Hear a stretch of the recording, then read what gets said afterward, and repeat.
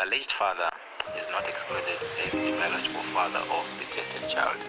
The probability of paternity is 99.99%. Izvo kuti baba ndimi muridzi wemwana. Oh, it's Raid.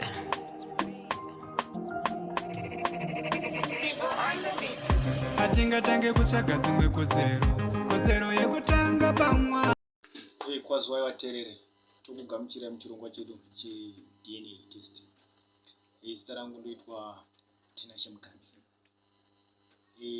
Sezvamunoziva, togara tichifambira nyaya dzevana.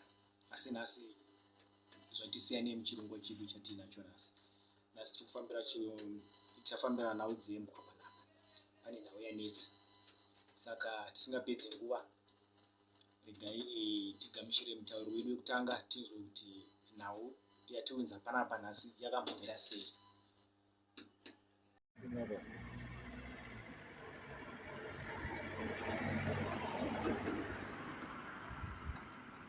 Nhasi tiri kuno kusilobela panzvimbo inonzi Crossroads. Saka tisingapedze nguva, regai tikwazise mutauro wedu wekutanga. Sanibonani baba.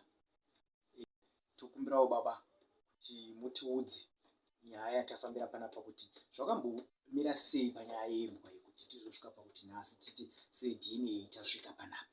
Tokumbira kuti mutirondedzerewo pazvakatangira, mupinde nayo nyaya yacho kusvika tisvike patasvika nhasi, kuti zvakambomira sei nenyaya yembwa ineyi.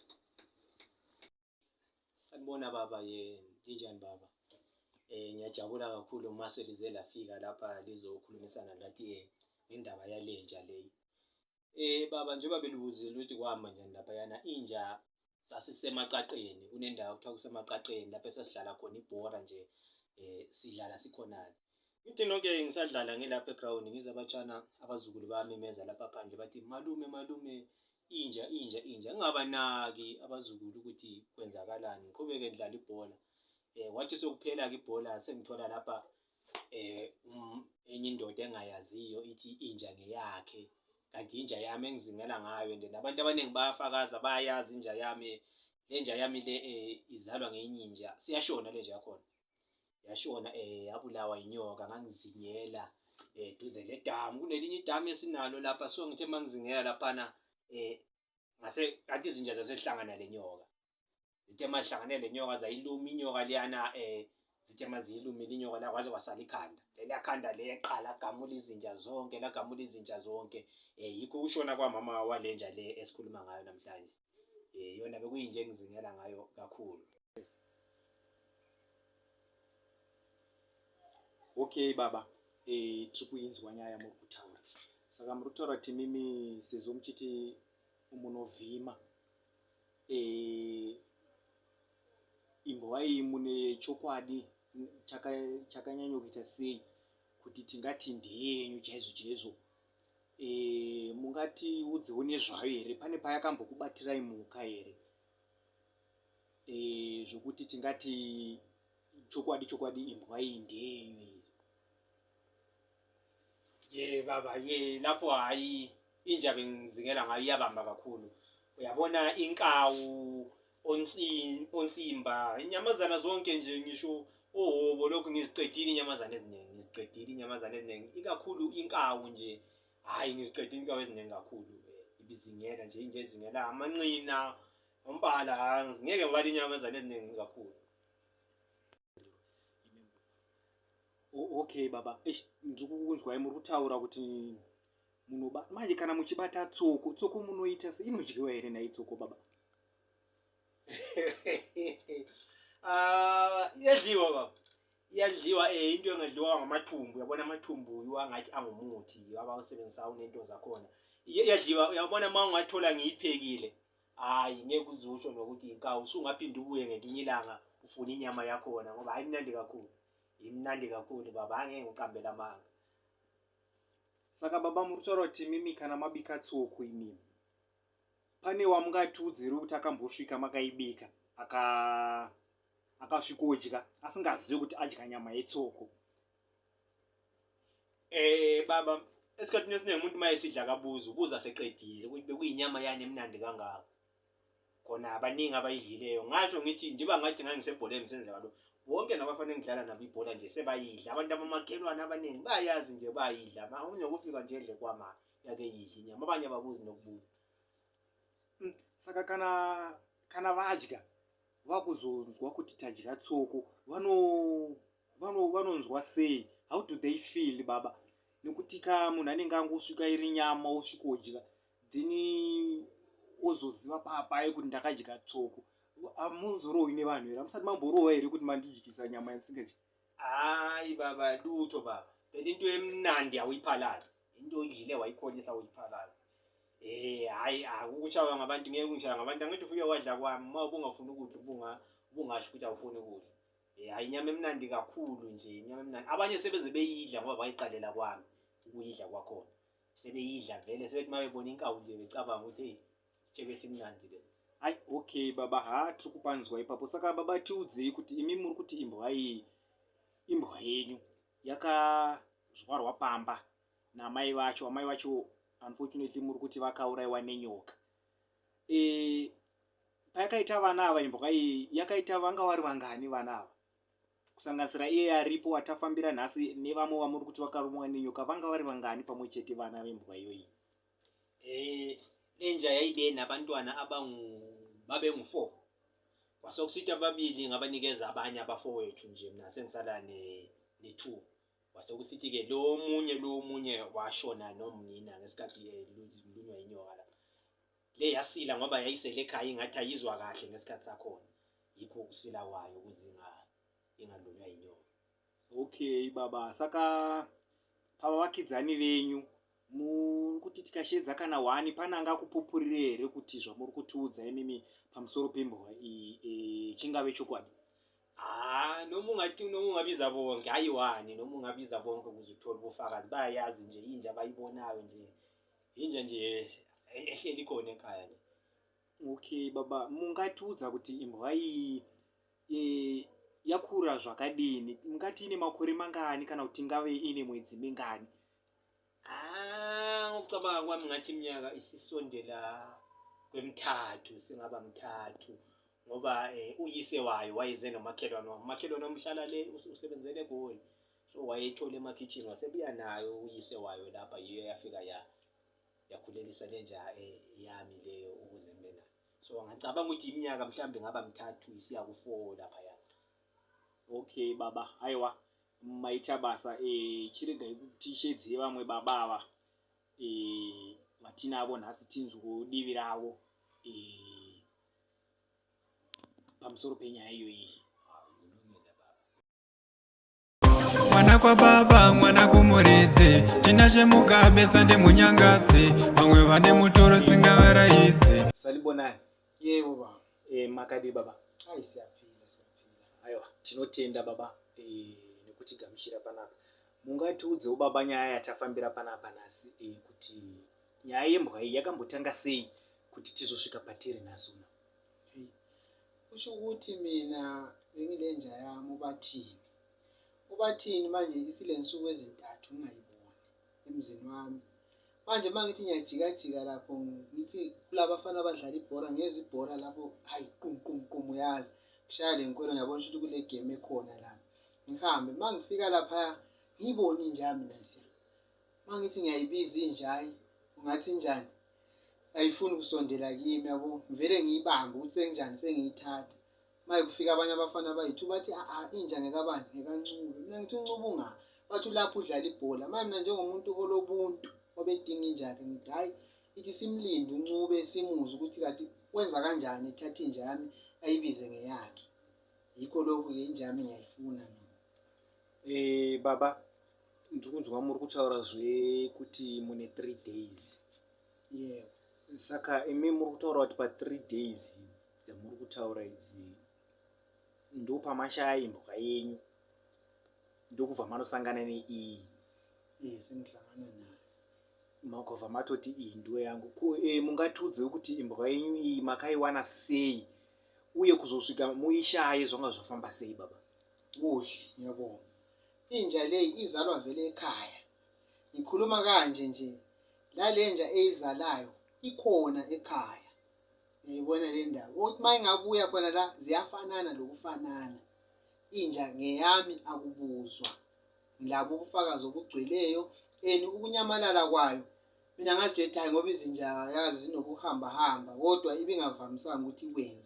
Yabo? Bese ngicabanga ukuthi khona ngenze njani umuntu wasenginikeza ilokuze i-idea yokuthi ngeke ubosobhuku. Manje osobhuku labo bathi khona hayi inja izabuya. Ngaleso sikhathi bethi inja izabuya, nansi injami sengiyibonile. Mangithi ngiyayithatha injami ngathi angisayiphiwe injami. UNcubo usengibizela ukuthi asihambe siyezwa kwabantu be-DNA mayelana ngenja. Kodwa kungethusi lokho ngoba inja ngeyami lo nonini ukhona phela. Saka baba muri kutaura kuti mune umbo uzere here wekuti imbwa iyi ndiyenyu uye mungatiudze imimi kuti imbwa yenyu iyi mungati yakura zvakadii, ingave ine mwedzi mingani kana kuti makore mangani? Yabona inja yami njengalamuhla nje sikhuluma kanje ina 3 years 6 months 4 days. Amahola kushuthi azobe u7.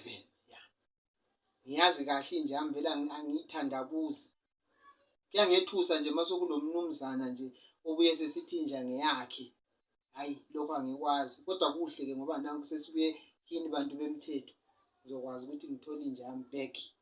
Okay baba, mungatiudze ukuthi imbwa iyi mimi munoishandisa kuita seiko?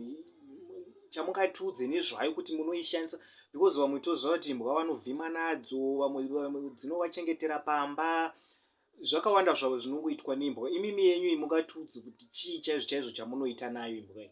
Yabona inja yami ngesikhathi izalwe ngumdlwane ngavele ngayibona ukuthi le ngudanger le isilwane. Ihlala kuphi? Ekhaya lena iphumi iyo engigadela amatsotsi, yazi amatsotsi agcwele lapha. So ayihambi vele ayihambi esigangeni, kuhamba unina iyo ehambayo. Le ngeke uzungene nje lapha ekhaya. Ya udanger nje. Obathi Manje ngoba ingasekho nje alisekho security emzini wami. Yabo? Okay baba, aiwa baba tinotenda nekutipa diri renyu zvizere panyaya yembwa yatafambira kuno kunzvimbo yeCrossroads kuri kuSilovela muzuva ranhasi. mberi neclosure tine show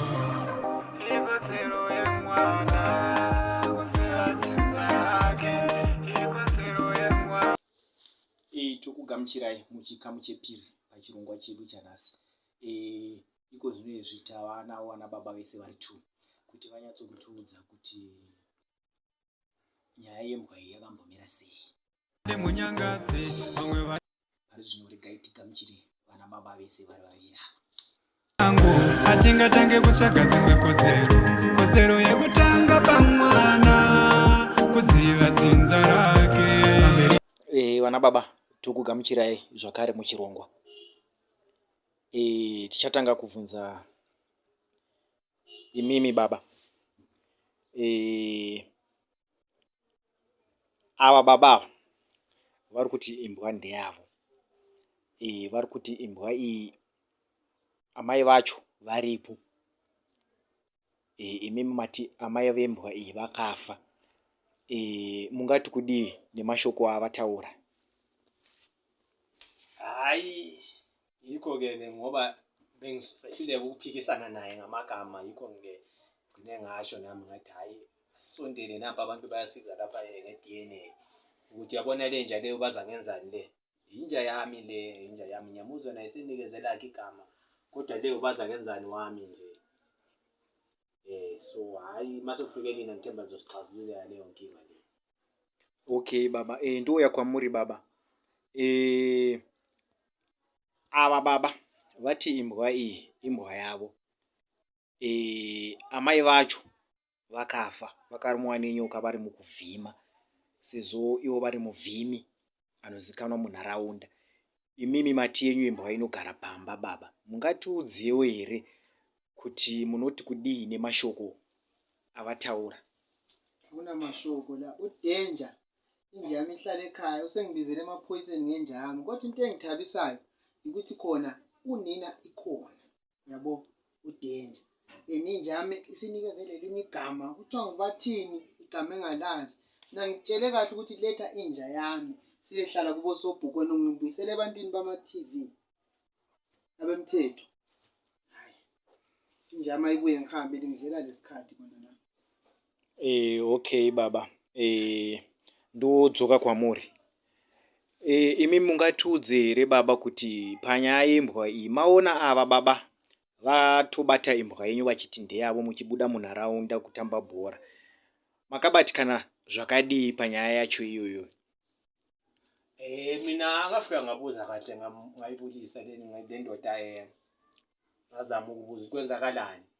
Ngase ngibona ukuthi hayi baba vele umoya uphezulu, impendulo zakhe zibuya zifudumala. So ngase kwazi into nje sasizobambana ngezandla kwasekusiza ukuthi kwakukhona ipholisa lenduna. Ipholisa lenduna ilela sithathayo-ke la sasakusobhuku ukuthi akayilungise le ndaba le. So mase sikhuluma sesingalo ukuthi hayi le nja singenze njani, kwasekuvela ukuthi hayi njengoba i-TV ngeke ngiyibone khulunywa ngama-DNA kanti kunganjani sihambe khona. Usobhuku wasesinikeza imvumo nje ukuthi sibuyekile. Baba maita basa, todzoka kwamuri baba imimi pamakaona imbwa iyi chivindi chokuti mubate imbwa iyi muti ndeyenyu, makachiwana kupi?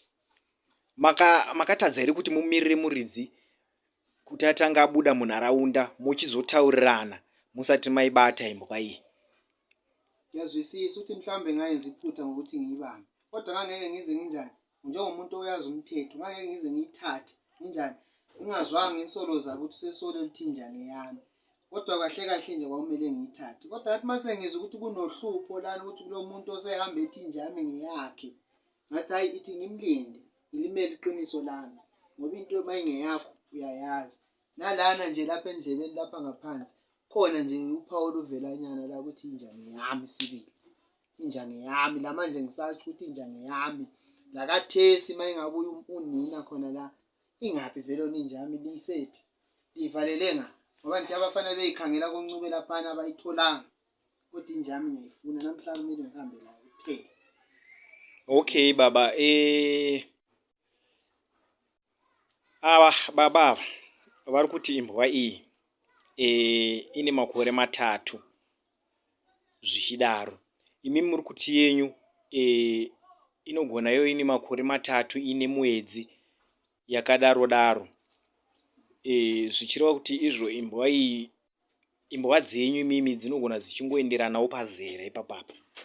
Asi imimi sezvo muchiti imbwa iyi munzeve ine chinoratidza kuti ndeyenyu, ko nhasi uno zvikabuda kuti haisi yenyu imbwa iyi baba, muchati kudii kuna vancube? Ngeke kwenzeke inje ingabe ngeyami, inje ngeyami, ngeke nje kuze kwenzeke inja ngeyami. Yena nguye nje ukuzomele angazi uzohlawula ngani, engigeze ukuthi songathiwa ngimuntu olamanga mina ngenja yami. Hayi. Okay, toya kwamuri vancube, zvobuda nhasi kuti imbwa iyi haisi yenyu, ndeava baba, muchatiwo kudii? Ngababaza imhlolo ukuthi sonke lesikhathi lesi ngigcine inja ngithi ngeyami kanti akusinja yami, ngoba ngiyayazi inja yami and hayi ukuthi ngiyafanisela, ngiyayazi. So uma ungabe ungathiwa ngeyakhe ngizovuma ngoba i-DNA yakusitsho njalo, kodwa-ke ngababaza imhlolo. Ngisho ngoba namanje inja uma ngiyibona nje uyayibona ishawa emsile ukuthi iyangazi. Angithi nawe ke wabona baba. Angikushaya lini. Aiwa, maita basa vana baba. Regai tishedze sabhuku tinzwe kuti vanotiwo kudii panyaya yenyu iyi, nyaya yenyu yembwa iyi.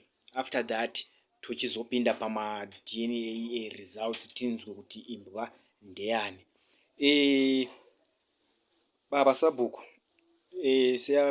siyakuyamukela kuprogramu yetu. Mungatiudzewo here baba kuti nyaya yembwa iyi yakamira sei pakati pevarume ava vaviri? Hayi mine ibizo mina ngingusquare, ngingusabhuku endawo la. Engingakutsho nje ngamafitshane ukuthi uncube siyamazi, awuyaziwa vele ngumzingeli nje odumileyo lapha esigabeni sakithi. Ngokunjalo ke kube lebhora emaqaqeni. So indaba le iqalele khona ngale ngoba uNcuba uthe ma esephuma-ke laphana ekudlaleni ibhora yikho esethola lo baba esebambe inja le esithi injange yakhe. Kuthe kusenjalo-ke kwangathi kuba lo msindo-ke laphana sokungathi kulokudonselana ngale inja. Kwasukufika-ke esikhathini sokuthi hhayi ipholisa-ke ebelikhona laphana libuye labo kimi laba bantu. So lathi sasesibona ukuthi siphikisane thina ngokwenyama, hhayi kungasihlupha ngoba ekwakhathesi sokungathi imfundo isiphezulu kangaka. Sacabanga-ke laphana ukuthi hhayi lina singabuya kini abama-DNA test wena baba uMgabi lingasinceda ngalolu daba. So yikho-ke sithe size kini la madoda amabili lawa lizowaxazululela lolu daba lwenja lolu ukuthi udaba lweli sifuna ukwazi thina ukuthi inja ngekabani kahle kahle ngoba esingakufuniyo thina ngumsindo. Ngoba la madoda nje wabone nje lo uNcuba esiphila laye lapha esigabeni sakithi la. Lo usuka kwesinye isigaba ngaphetsheya komfula, ungachapha umfula uqanse sibili kulomango lapha asuka khona lo munye undoda lo. So yikho-ke asukufuni khona lokho ukuthi cine sokuthiwa hhayi abantu bangala phetsheya komfula bahlale ngale, abangapha bahlale ngapha, kusuke kutheni kulwelwa inja. So yikho sibize lina-ke baba Mgabi ukuthi lixazulule-ke lolu daba lwala amadoda amabili lawo. Aiwa tinokutenda Sabhuku nedivi renyu ramathipa.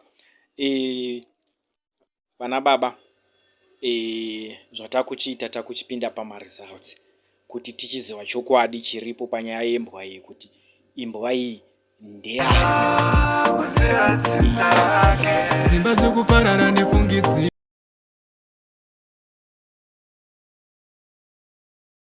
Okay, tokugamuchirai muchikamu chedu chetatu, chiri chikamu chekupedzisira apo takunzwawo maresults edu kuti akamira sei. Ari maresults anhasi atafambira munzvimbo ino yeSlovela, tiri panzvimbo ino yeCrossroads kuti tinzwe kuti zvakamira sei. Ndobvunza kwekupedzisira tisati tapinda pamaresults. Baba, totanga nemi. Zvikabuda nhasi kuti imbwa iyi ndeyenyu. Muchati kudii? Ngeke ngisho ukuthi ngingajabulela iqiniso nje, ngajabulela iqiniso ngoba le ndoda izobe seyazi ukuthi inja ngempela ngeyami le nja le. Akabe ngasela muntu onensolo nenja yami engivele ngiyifuyile ephila kwami. Ithoya kwamuri baba. Imimi zvikanzi imbwa iyi ndeyenyu nhasi zvisina kupokana muchati kudii? Hawu, ngingajabula mpela nesithunzi sami siyabe sibuyile njengomnumzana ngabona ukupase nontanjana. Yonke into nje iyabe isisho ukuthi angiwakhuluma amanga mina. Yabo. Into izoba intokozo nakini. Tinotenda vana baba. Zvatakuchiita iko zvino takuchipinda pamaresults. Pamaresults edu apa takatesta imbwa ineyi yatinayo pano nhasi neyenyu yamakauya nayo muchiti ndo amai vembwa iyi. Saka paimbwa mbiri idzi mushure mekuita matest. Test redu riri kutiratidza kuti hapana ukama baba. Imbwa mbiri idzi hadzina ukama. Imbwa iyi havasirivo amai vembwa iyi. Zvichitoreva izvo kuti imbwa idzi hadzitozivani. Saka in short tiri kutoti baba imbwa iyi ndeya baba. Hayi baba akuphinde mhlawumbe ngesilungu mhlawumbe. Hayi lami ngifuna ukuzwisisa kahle. Uzozwisisa ngcono awusiphindele. Udanger. Mhlawumbe ngoba ngathi ngiyakuzwisisa kodwa ngizwisisela ka awungiphindele baba. Nyaya iripo vana baba ka tingadzokorodze kana kuita sei kusvika mangwana, asi nyaya iripo maresults edu isusu hanyepi. Zvakabuda mumaresults ndizvozvo zviri kutoratidza kuti imbwa iyi ndeyenyu baba, haisi yavo ava. Utenjisela ngoba zangenzani man. Hayi Kanjani hayi. Mhlambe lithethe igazi elingekho right. Mhlambe kube lokuhlangahlangana kwezinto. Hayi udanger injami udanger. Hayi ngeke. Tirikunzwai baba. Asi chokwadi chiripo ka ndechekuti imbwa mbiri idzi hadzina ukama. Imbwa ndeya ava. Saka baba chitiudzai imi baba kuti sezvo imimi imbwa iyi zvatoonekwa kuti ndeyenyu, kutobva nhasi kuenda mberi muchaita sei nembwa yenyu? Mucharamba muchivhima here kana kuti mushure mekuitika nyaya dzakadai muchabva maregedza zvekuvhima? Hayi, ngeke ngize ngiyekelele ngoba izishebo ziyahlupa mfowethu, izishebo ziyahlupa mfowethu. Uyabona nezuya linanga kanje emasimini yazo, ngeke sikwazi ukuthola isishebo. So ngakuvima baba, ngizoqhubeka ngivima sisebenza ukuze nami ngithole isishebo ngiphile. Hayi, ngiyabonga kakhulu, ngithanda ukubonga kakhulu, iqiniso eselivelile. Aiwa, tinotenda baba. Kwamuri baba, muruda kuti kudii kune ava baba, mushure mekuvapomera mhosva muchibata imbwa yavo, mushure mekunge ivo vachitamba nhavhu, voti vari kubuda muground vowana imimi matobata imbwa yavo, muruda kuti kudii kuna baba? Njengomuntu olomthetho ne, into engizoyenza ngizoxolisa okwakathesa, ngithi kodwa indaba le mina ngizoyidlulisela phambili. Nami ngizobuya lo wami usobhuku ozobuye ngikhulumele njengosikhunyana umfo kaNdlovu. Ya, ngoba ngithi lana ngathi seyinto yezigaba la, wami usobhuku akekho la. Kodwa mfowethu, ngiyaxolisa ngesizwe engasenzayo. Ngiyaxolisa. Muri kuti wokudii sezvo achikumbira uregerero?